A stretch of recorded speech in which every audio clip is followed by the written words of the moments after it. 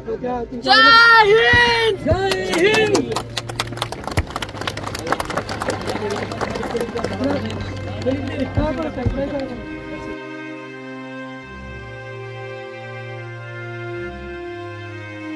जय हिंदचा नारा देत पार्थिवाला हात जोडत या लेकानं आपल्या वीरमरण आलेल्या बापाला अखेरचा निरोप दिलाय। संगमनेर तालुक्यातील मेंढवण येथील लष्करातील हवालदार रामदास साहेबराव बढे यांना 34व्या वर्षी जम्मू काश्मीरमध्ये कर्तव्यावर असताना वीरमरण आलं। आज 26 मार्च रोजी त्यांच्या मूळ गावी त्यांच्या पार्थिवावर लष्करी इतमामात अंत्यसंस्कार करण्यात आले।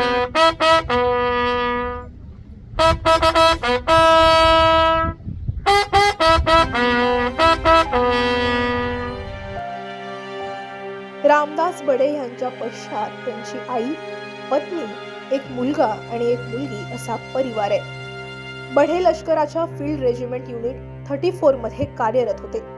सध्या त्यांची नियुक्ती तंगाधार सेक्टर मध्ये प्रत्यक्ष ताबा रेषेवर होती। तिथं कर्तव्यावर असताना 24 मार्च रोजी त्यांना वीरमरण आलं। रामदास बडे यांनी 24 वर्ष देशसेवा केली। 2 महिन्यानंतर ते सेवानिवृत्त होणार होते। मात्र त्याआधीच जम्मू काश्मीरमध्ये 24 तारखेला झालेल्या दहशतवादी चकमकीत त्यांना वीरमरण आलं। सोमवारी काश्मीर खोऱ्यातील तंगाधार क्षेत्रात पाकिस्तानकडून जोरदार गोळीबार सुरू झाल्यानंतर भारताच्या जवानांनीही त्याला प्रत्युत्तर दिलं। मात्र दुर्दैवानं या गोळीबारात जखमी झाल्यानं लष्करात हवालदार पदावर कार्यरत असलेल्या रामदास बडे यांना वीरमरण प्राप्त झालंय।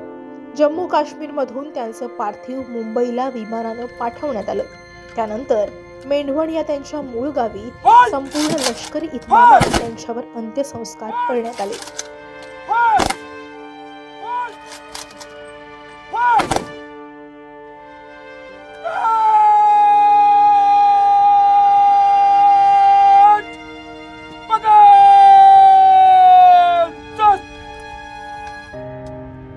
या वीर जवानाला अखेरचा निरोप देण्यासाठी पंचक्रोशीतील ग्रामस्थ आणि विविध शासकीय अधिकारी कर्मचारी जमले होते। माजी मंत्री बाळासाहेब थोरात यांनी देखील यावेळी हजेरी लावून बडे यांच्या कुटुंबियांना आधार दिला। या महाराष्ट्राच्या वीरपुत्राला अखेरचा निरोप देताना सगळ्यांचेच डोळे पाणावले होते।